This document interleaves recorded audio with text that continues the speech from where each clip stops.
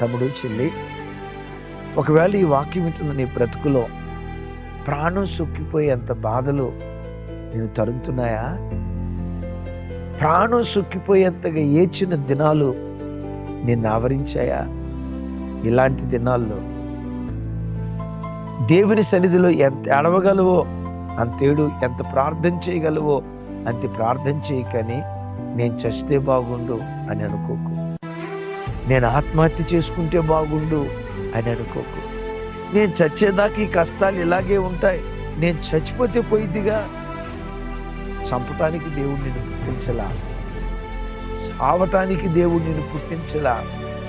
నీ మీద కొన్ని బృహత్తరమైన ప్రణాళికలు ఉన్నాయి. ఆ ప్రణాళికలు నెరవేర్చబడే వరకు సమస్యలతో పోరాడు. ఈ భక్తుడు మాట్లాడుతున్న మాట, నీవు లేచి సియోనును కరుణించెదవు. విశ్వాసపు మాట మాట్లాడాడే. ఎక్కడ కూర్చొని వాక్యం ఉంటున్నావు చెల్లి, తల్లి, తమ్ముడు? కూర్చొని నీ చుట్టూత చీకటి అలుముకున్న బూడిద లాంటి పరిస్థితులు ఎదురైనా విశ్వాస వాక్కు మాట్లాడు. ఎప్పుడు నిన్ను నీవు శపించుకునే మాటలు మాట్లాడు.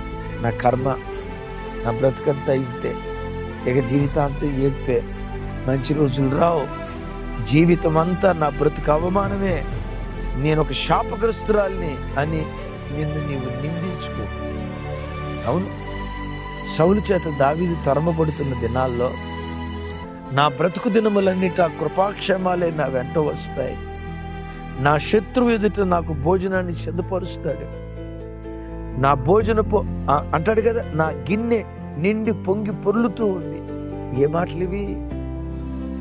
అలాంటి భయంకరమైన పరిస్థితిలో కూడా విశ్వాసపు మాట తాను కోల్పోలేదు. కూర్చున్న నీవు కూడా చెల్లి, తమ్ముడు, ఎక్కడ కూర్చున్నావో అక్కడుండి ఈ మాటను నా దేవుడు నా పక్షాన లేస్తాడు. తప్పకుండా దేవుడు నన్ను కరుణిస్తాడు. నా పట్ల దయ చూపే కాలం వస్తుంది. విన్నారా? నిర్ణయ కాలాన్ని తప్పకుండా దేవుడు దయ చూపిస్తాడు. పదే పదే నీ నోటితో ఆ విశ్వాసపు మాట పలుకుతూ ఉండు.